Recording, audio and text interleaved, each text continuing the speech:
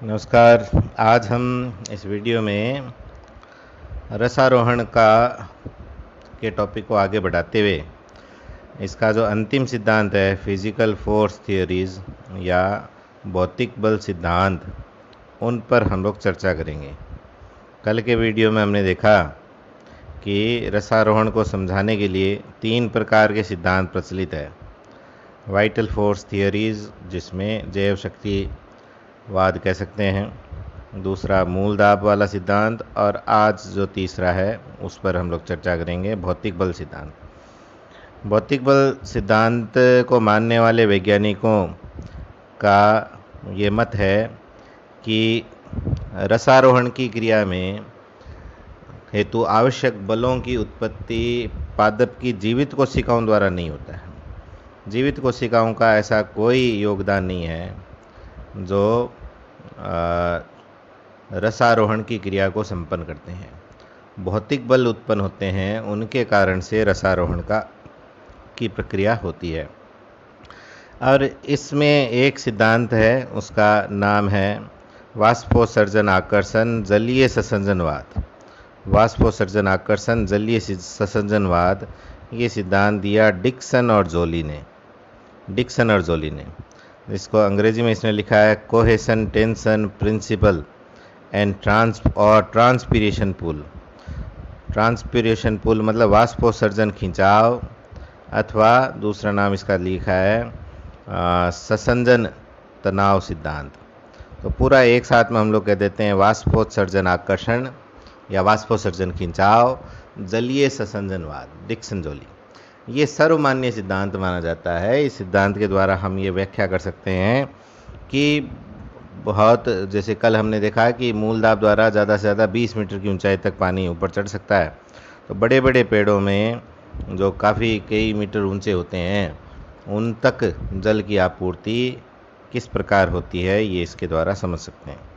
इसको समझने के पहले मैं रिकॉल कराना चाहूँगा, जो निष्क्रिय जल अवशोषण हमने पढ़ा था, लगभग वही सिद्धांत है। निष्क्रिय जल अवशोषण में मैंने कहा था कि जड़ की कोशिकाओं का निष्क्रिय भूमिका होती है, ऊर्जा की आवश्यकता नहीं होती। वाष्पोत्सर्जन के कारण से पत्तियों से लगातार जल वाष्प के रूप में उत्सर्जित होता रहता है, और उसके कारण से पत्तियों की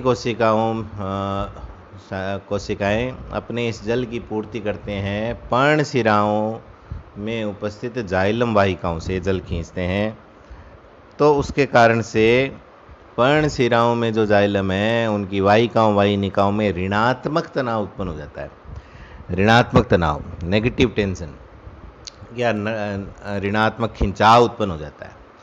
मूल दाब ने कल हमने पढ़ा धनात्मक दाब उत्पन्न होता है। अब मैं कह रहा हूँ ऋणात्मक दाब। धनात्मक दाब के लिए कल बताया था जब अधिकता हो किसी चीज़ की, जल लगातार जाइलम वाहिकाओं में एकत्र हो रहा था, उसके कारण से जाइलम में धनात्मक दाब उत्पन्न हो रहा था, वो मूल दाब था। अब क्या है, कमी के कारण से कि पर्ण की शिराओं में जो जाइलम है उससे जल खींचा जा रहा है पर्ण मध्योतक की कोशिकाओं द्वारा, और उस जल को वो वाष्प के रूप में उड़ा रहे हैं। तो पत्तियों के शिराओं में जाइलम में पानी को खींचा जा रहा है, पत्तियों की पर्ण मध्योतक कोशिकाओं को। इसके कारण पर्ण की जाइलम में ऋणात्मक तनाव उत्पन्न होता है। अब इसको ऐसे भी, जैसे हम लोग एक एनसीईआरटी बुक में एक एग्जाम्पल दिया है स्ट्रॉ का। स्ट्रॉ मतलब जिसकी सहायता से हम लोग कोल्ड ड्रिंक या फ्रूटी वगैरह आप लोग पीते हैं, उस स्ट्रॉ से हम लोग उस कोल्ड ड्रिंक को मुंह में खींचते हैं, थोड़ा सा खींचते हैं। मुंह में कोल्ड ड्रिंक या फ्रूटी वगैरह जो भी है, जूस जो भी है, वो उसमें मुंह में नहीं है, कमी है उस चीज़ की, और फिर हम उसको थोड़ा सा खींचते हैं, तो खींचने से फिर वो ऊपर खींचा चला जाता है। उस ऋणात्मक तनाव की पूर्ति करने के लिए ही वो कोल्ड ड्रिंक उस स्ट्रॉ में से होकर ऊपर की तरफ आ जाता है। ठीक है। ऐसे ही आपने देखा होगा कि किसी बाल्टी या किसी कुंड वगैरह, किसी में पानी है बहुत ज़्यादा, और उसको हम किसी पाइप की सहायता से बाहर निकालना चाहें, तो हम पाइप के एक सिरे को उस पानी से भरी बाल्टी या कुंड में डुबो देते हैं, दूसरी तरफ से दूसरे सिरे से हम मुंह से उसको खींचते हैं, सक्शन करते हैं, खींचने का प्रयास करते हैं पानी को, है ना, हवा अंदर खींचते हैं वैसे, तो थोड़ी देर में क्या होता है, ये कुछ प्रयास करने के बाद में वो पानी अपने आप आने लग जाता है, अपने आप आने लग जाता है, और पूरी बाल्टी को भी खाली कर सकता है पानी से भरी हुई, उसको दूसरी जगह हम लोग खाली कर सकते हैं। ठीक है, ये सब इसी सिद्धांत को समझाने के लिए कुछ उदाहरण बताए मैंने। यही चीज़ इसमें हो रहा है। एक चित्र के द्वारा आपको दिखाता हूँ।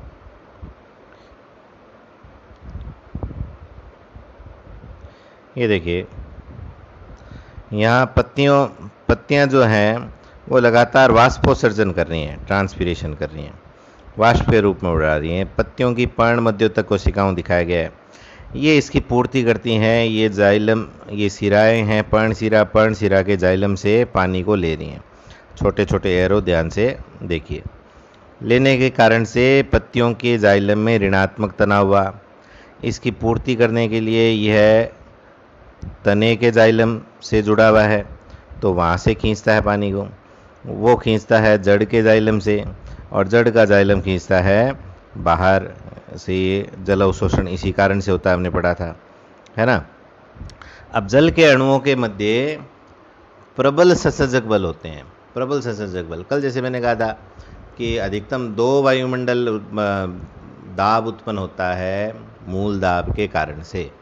मूल दाब का अधिकतम जो मापन किया गया वो है 2 वायुमंडल, और 2 वायुमंडल पर्याप्त नहीं होता है। संसर्जन बल के कारण से 40 वायुमंडल से अधिक, और कुछ पात्रों में तो 200 से ऊपर वायुमंडलीय दाब जितना खिंचाव उत्पन्न हुआ देखा गया है। जल के अणुओं के मध्य इतना प्रबल संसर्जक बल होता है जिसके कारण से पानी का एक अविरल अखंडित स्तंभ बन जाता है। ऐसा वाटर कॉलम बन जाता है जो कहीं नहीं टूटता है, और जल के अणु एक दूसरे को खींचे हुए चले जाते हैं ऊपर की तरफ, और वो वाष्पोत्सर्जन के कारण से हो रहा है। वाष्प के रूप में पानी उड़ता रहता है।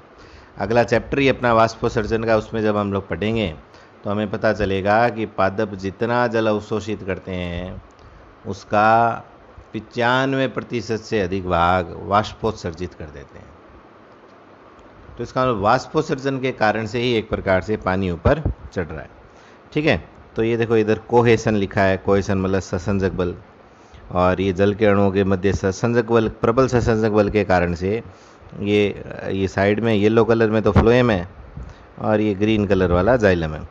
तो जाइलम में प्रबल, जल के अणुओं के मध्य प्रबल संसर्जक बलों के कारण से जल के अणु एक दूसरे से चिपके हुए ऊपर खींचे चले जाते हैं, और इस क्रिया में प्रारंभ ऊपर से लेकर नीचे तक किसी भी कोशिकाओं का कोई वैसे प्रत्यक्ष योगदान नहीं है। ऐसा कोई बल उत्पन्न नहीं करते हैं वो, जिसके कारण से पानी ऊपर जा रहा है। ये वाष्पोत्सर्जन के कारण से जो खिंचाव उत्पन्न हुआ, उस खिंचाव के कारण से पानी ऊपर खींचा जाता है, और पानी ऊपर लगातार इसलिए खींचा जाता है क्योंकि जल के अणुओं के मध्य प्रबल संसर्जक बल है जो इस स्तंभ को, इस वाटर कॉलम को टूटने नहीं देता है।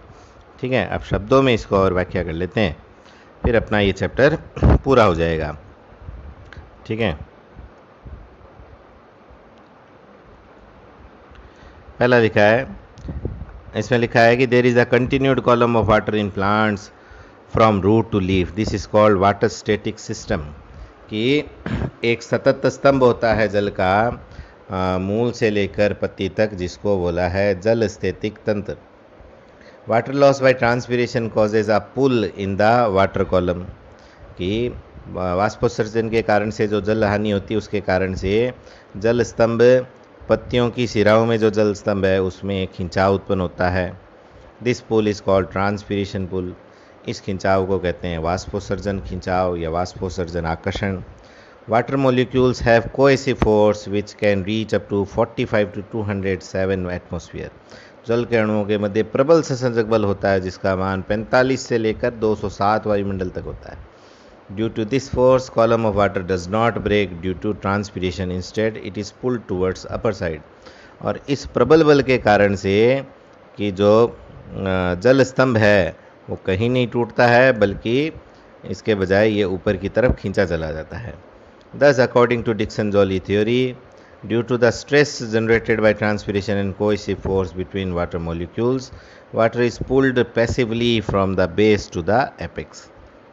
इस प्रकार डिक्सन जॉली के सिद्धांत के अनुसार कि जो खिंचाव तनाव उत्पन्न हुआ वाष्पोत्सर्जन के कारण से और प्रबल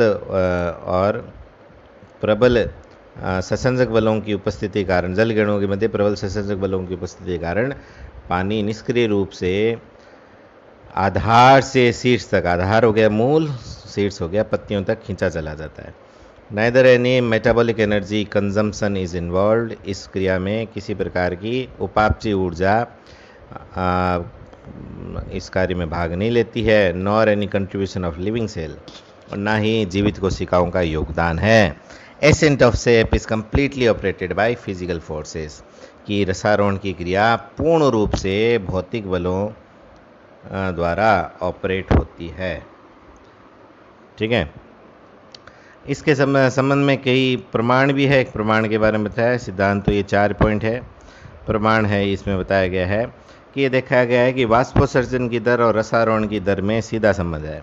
दिन में वाष्पोत्सर्जन की दर अधिक होती है और वाष्पोत्सर्जन की दर अधिक होती है तब रसारोहण भी अधिक होता है। रात्रि में वाष्पोत्सर्जन नगण्य होता है, इसलिए रात्रि में रसारोहण की क्रिया भी बहुत कम या नगण्य होती है। ठीक है, तो अब हम लोग इसके रसारोहण को प्रभावित करने वाले कुछ कारक यदि मान लो अपने को कोई पूछे तो हम बता सकते हैं। लगभग इन्हीं कारकों पर चलेंगे जो हमने जल अवशोषण पर देखा था। कुछ कारक भिन्न कर देंगे। पहला कारक जैसे हम लोग इसमें मान सकते हैं प्रकाश, लाइट। प्रकाश की उपस्थिति में पर्णरंध्र खुलते हैं और पर्णरंध्र खुलते हैं तभी वाष्पोत्सर्जन होता है। वाष्पोत्सर्जन होने के कारण से ही रसारोहण होता है, इसलिए प्रकाश महत्वपूर्ण कारक हो गया। प्रकाश से जुड़ा हुआ ही हो गया तापमान। प्रकाश की उपस्थिति में तापमान अधिक होता है, अधिक तापमान होता है तो वाष्पोत्सर्जन अधिक होता है, वाष्पोत्सर्जन अधिक होता है तो रसारोहण अधिक होता है। सब कुछ वाष्पोत्सर्जन से जुड़ा हुआ है। फिर हम लोग ले सकते हैं वाष्पोत्सर्जन ही स्वयं हो गया। वाष्पोत्सर्जन की दर समानुपाती होती है रसारोहण की दर के, वाष्पोत्सर्जन अधिक तो रसारोहण अधिक होता है। अब वाष्पोत्सर्जन के अन्य कारक भी इसमें साथ में जोड़ सकते हैं। जल अवशोषण भी साथ में जोड़ सकते हैं। जल अवशोषण ज़्यादा होगा तो पानी अधिक मात्रा में अंदर आएगा, पात होंगे, अधिक मात्रा में अंदर आएगा तो पानी ऊपर भी अधिक मात्रा में चढ़ेगा। तो इस प्रकार से कुछ कारकों को हम लोग उल्लेखित कर सकते हैं जो वाष्पोत्सर्जन की दर को और उसके कारण से रसारोहण की दर को प्रभावित करते हैं। ठीक है, तो इस प्रकार ये आपका चैप्टर 6 कंप्लीट हो गया है। ठीक है, और इसको फिर अगला चैप्टर कल से हम लोग शुरू करेंगे, वो है वाष्पोत्सर्जन। ठीक है, ये पूरा एनसीईआरटी में 11th कक्षा 11 में एक ही चैप्टर के अंतर्गत है ये सब। जो 5वां हमने पढ़ा था वो चैप्टर, जिसमें विसरण, परासरण, जीवद्रव्य कुंचन, जीवद्रव्य विकुंचन, जल विभव पढ़े थे हमने। फिर ये इस 6 चैप्टर में हमने जल अवशोषण व रसारोहण पढ़ा है। और अगले चैप्टर में जो हम लोग पढ़ेंगे वाष्पोत्सर्जन के बारे में, ये सब एक ही चैप्टर के अंग है एनसीईआरटी की 11th क्लास में, 4th यूनिट में ये चैप्टर है उसमें। ठीक है, और ये 11वीं कक्षा में जो विद्यार्थी आ रहे हैं उनके लिए भी वही चीज़ है, सिर्फ चैप्टर की संख्या बढ़ा दी गई है, उन्हीं चैप्टर को तोड़ कर अलग कर दिया गया है। ठीक है, बहुत बहुत धन्यवाद। फिर से किसी का फ़ोन आया है, इसलिए कल हम लोग और पढ़ेंगे।